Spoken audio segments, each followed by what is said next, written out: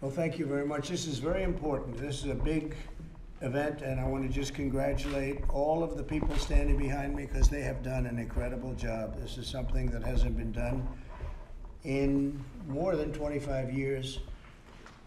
Just a few moments ago, I hosted a very special call with two friends, Prime Minister Benjamin Netanyahu of Israel and Crown Prince Mohammed bin Zayed of the United Arab Emirates, where they agreed to finalize a historical peace agreement.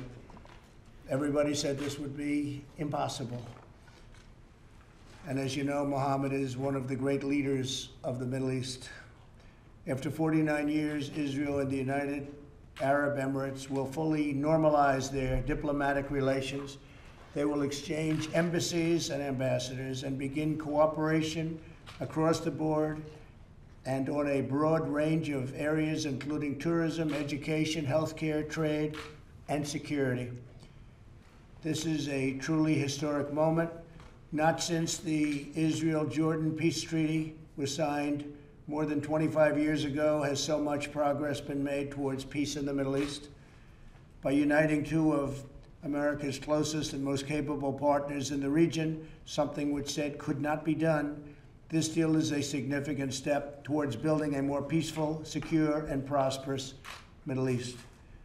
Now that the ice has been broken, I expect more Arab and Muslim countries will follow the United Arab Emirates lead, and I want to just thank them for being. It's not surprising, knowing Mohammed so well, it's not surprising they are in that lead position, and normalize relations with Israel.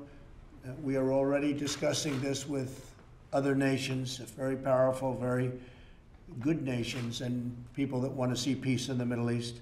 So you will probably see others of these, but this is the first one in more than 25 years. This deal will allow much greater access to Muslims from throughout the world to visit the many historic sites in Israel, which the Muslims want to see very badly and have wanted to see for many, many decades, and to peacefully pray at the Al-Aqsa Mosque, which is a very special place for them. My first trip as president was to Saudi Arabia in May of 2017, and my speech to the assembled leaders of 54 Muslim countries. Every single one was by their leader, their number one leader. It was an amazing, really an incredible event, a very important event. I made clear that the problems of the Middle East can only be solved when people of all faiths come together to fight Islamic extremism and pursue economic opportunity for people of all faiths. And when you look at what's happening, you're seeing a lot of progress is being made that nobody thought could possibly be made. And things are happening that I can't talk about, but they're extremely positive.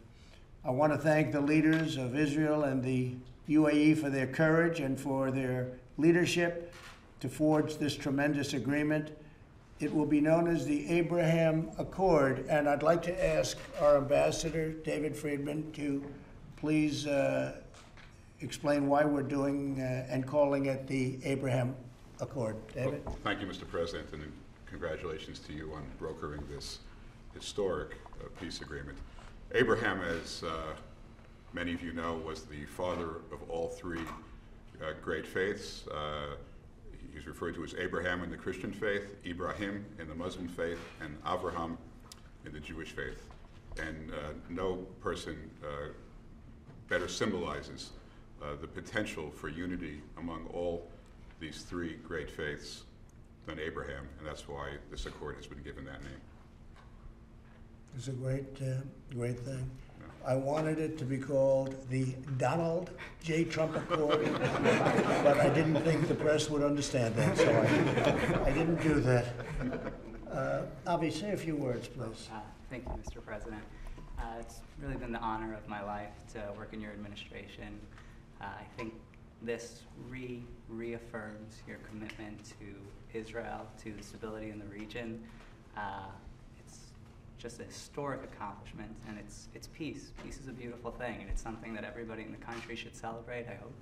And I'm just so honored to be here and serve in your Well, you've administration. done a great job, and Jared has done a fantastic job. People don't really understand the things that he's able to do. He's done a fantastic job on this, and you and your team, nobody else could have done it. I don't think anybody else could have done it. Jared, say a few words, please. Thank you, Mr. President. And I would like to say that I want to thank the President for his leadership on this historic peace effort. The President, like with all things, urged us to take an untraditional approach. You can't solve problems that have gone unsolved by doing it the same way that people before you have tried and failed. The President takes untraditional approaches. He does things in different ways, but he uses common sense, and he tries to unite people by focusing on common interests as opposed to allowing them to focus on their common grievances. And what happened was here is we were able to achieve results that others were not able to achieve, and this will advance the region, and this will advance the whole world. I would like to say to the people of the region, Muslims, Jews, Christians, that this does give hope, that the problems of the past do not condemn you to a future with conflict. There is a lot of hope and a lot of potential, and this will benefit you, and this will also benefit people here in America, because in America we used to have a big dependency on the Middle East for gas and for oil. Thanks to your leadership, America is now energy independent. We no longer have that, but a lot of American soldiers have fought for securing our allies in that region and making more peace there. Lessons our need as a country to have as many soldiers in that region, and lessons our need to have as many conflicts in that region. And obviously radical extremism, which we see as a cancer that has infected so many areas in the world. A lot of the extremists have used these conflicts to recruit people and to say that the mosque is under attack and that Muslims don't have access to the mosque. And now this will enable people to take flights from Dubai and Abu Dhabi directly to Tel Aviv. Muslims will be welcome in Israel, and this will create better interfaith exchange. So this is a tremendous step forward for peace in the world, for America, for Israel, for Abu Dhabi, and all would not have been possible without your leadership. So I just want to thank you. Very much. Thank you, Jared. What a great job. And what Jared said is so that we don't have to be there anymore. We don't need oil. We don't need anything there except friendship. We have some great friends. These are two countries that have been great friends, and we've been great friends to them. But we no longer have to be there. It started off well, we had to be there, but as of a few years ago, we don't have to be there. We don't have to be patrolling the straits. We're doing things that other countries wouldn't do, but we put ourselves over the last few years in a position where we no longer have to be in areas that at one point were vital. And that's a big statement, but we are there for our friends, and we always will be there for our friends. Robert, would you say a few words, please? Mr. President, thank you. The point I want to make, Mr. President, you inherited a Middle East that was a mess when you came to office, and this is one more historic step in bringing peace to the Middle East. First of all, there was a caliphate that was raging, an ISIS caliphate, and that physical caliphate was destroyed, and you brought justice to al-Baghdadi. You reassured our friends in Israel who had suffered at the end of the last administration with the UN resolution. You moved the capital to Jerusalem. You recognized the Golan Heights. In the broader region, you had a very difficult situation in Afghanistan where we were American soldiers were coming home injured, wounded, sadly in some cases dead. You've got a peace agreement now with the Taliban, and we're going to have less than half the number of troops in Afghanistan that were there when you started your term of office. And now you brought about this historic peace deal between the UAE and Israel. This is the first time in 25 years that Israel and an Arab country have normalized diplomatic relations and entered into a peace deal. And they're the two most capable countries in the Middle East, two very capable, very skilled, very innovative allies of the United States. So it's great for Israel, it's great for the UAE, but it's also great for the American people. So you came into office with a region that was really aflame, and you've brought peace to that region, and there's more to come. And so it's an honor to be part of your team, Mr. President, and to serve under your leadership. We do have a lot more to come in the Middle East. A lot of very positive things are happening, and you'll be seeing that taking place. But when we can get a leader like UAE to head the band and get along with Israel, that's a very big step. Would you please say a few words? You've done such a fantastic job. Please. Thank you, Mr. President. The Trump administration made history today. It's been an honor to be a part of this team that Jared has led. Peace between the Arabs and the Israelis is Iran's worst nightmare. And no one has done more to intensify the conflict between Arabs and Israelis than Iran. And what we see today is a new Middle East. The trend lines are very different today. And we see the future is very much in the Gulf and with Israel. And the past is with the Iranian regime. It clings to power on the basis of brute force. It has it's facing a crisis of legitimacy and credibility with its own people. And the president's maximum pressure campaign has achieved historic results. Thank you. Great job you've done. Would you like to say something? Yes, sir. As a soldier who's been in every war since Desert Storm, it is an honor and a privilege for your leadership, Sheikh Mohammed bin Zayed and Prime Minister Netanyahu, to get to peace. So your vision and those leaders' vision on what we can do in the future is just incredible. So I would thank you as a soldier. Thank you very much. Appreciate it. Would anybody like to say a few words? Anybody here? Because you were saying plenty of words during that negotiation. And they got very quiet in front of the media. Mr. That happens on occasion. Mr. President, it's Yes, a please. historic moment. Thank you for letting us all be part of this. It is really extraordinary. Nothing is more important than peace.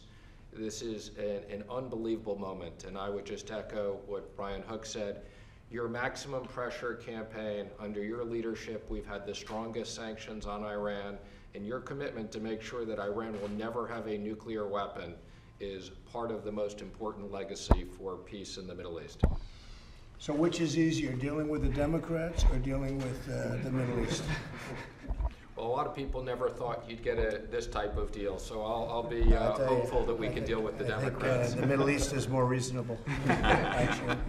I'd like you two guys to say a couple of words. You've been so instrumental, please. Sir, it's a privilege to serve in your administration. This is a remarkable achievement that'll stand the test of time. And we look forward to the prosperity and the peace this brings to the Middle East and the ways we'll be able to leverage that for the United States national interest. So it's a privilege, sir. Thank you. Thank you very much. And I would just echo what Rob said.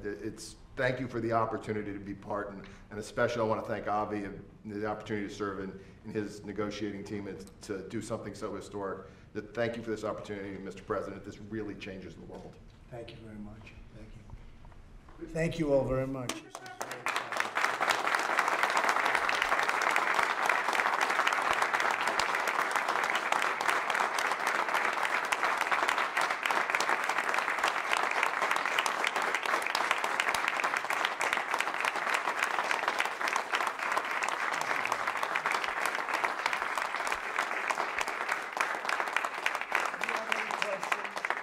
Questions on this accord?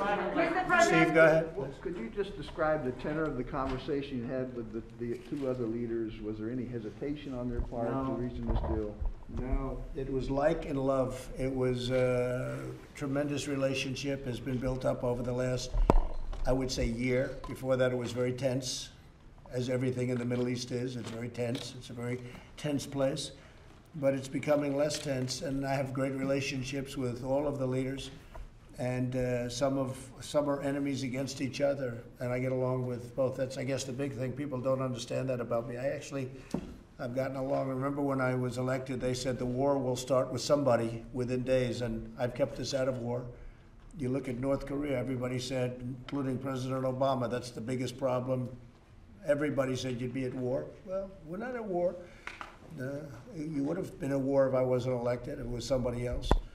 No, we're doing very well in the Middle East, and I'll tell you what, it's been an incredible thing. But no, it was tense, but the relationship has become a very good one between UAE and Israel, and also with other countries, many other countries. And I think you'll be seeing some very exciting things, including ultimately with the Palestinians. I think that's going to be happening at some point, because it makes a lot of sense for them to let it happen.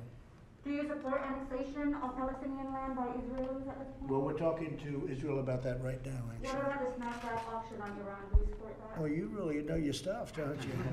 Well, we're not going to talk to you about that. We're going to work something out, and then we'll talk after it's completed. But it'll be a very satisfactory. Why now did they come to an agreement? We've been working on this for a long time. It's been a labor of love for a lot of the people in this room. And a lot of them love Israel, and a lot of them love the Middle East, and they love the countries that we're talking about, like UAE as an example, standing right here. and it's been a labor of love. They know it has to happen. And I don't want to be speaking too much about it, but if you look what's happened since I broke up that ridiculous Iran nuclear deal, money isn't going to some horrible, horrible groups, and you haven't seen the kind of terrorism that you saw before. Now, I don't like saying it, because all of a sudden they'll say, we've got to do something, but you know what? They're not getting money because Iran isn't giving money, and I appreciate that. But Iran is going through very difficult times, and I appreciate that. And I'll say this, and I can say it very publicly, that if I win the election, I will have a deal made with Iran within 30 days. They'll make a very fast deal. They're dying to make a deal, but they'd much rather negotiate with sleepy Joe Biden than with us. But we'll be having a deal made very, very quickly. But you know, rightfully they're waiting till after the election, because there's nothing China, Iran, Russia, all of them would like to see more than have Trump be defeated where they could deal with Joe Biden, because that would be like a dream. And this was something that was very exciting. We thought this would be the first country. He's a great leader. Mohammed's a great leader. And we're very happy that he was the first country, I would say. And you're going to see many other things happening in the Middle East over a fairly short period of time. But this is the first time in more than 25 years. And UAE is big stuff. The UAE is very powerful, very strong, has one of the strongest militaries. It's big stuff. Do you know when the delegations are going to meet specifically? Very soon. I guess they'll be setting up the meetings. Do you have any time? I think the next several weeks, Mr. President. Then we expect that there will be a meeting here at the White House with the leaders. There'll be an official signing at the White House over the next few weeks. Okay? And other than that, we'll meet you at 5:30 or so. We'll talk and we'll actually take one of your questions. Okay? All right, guys.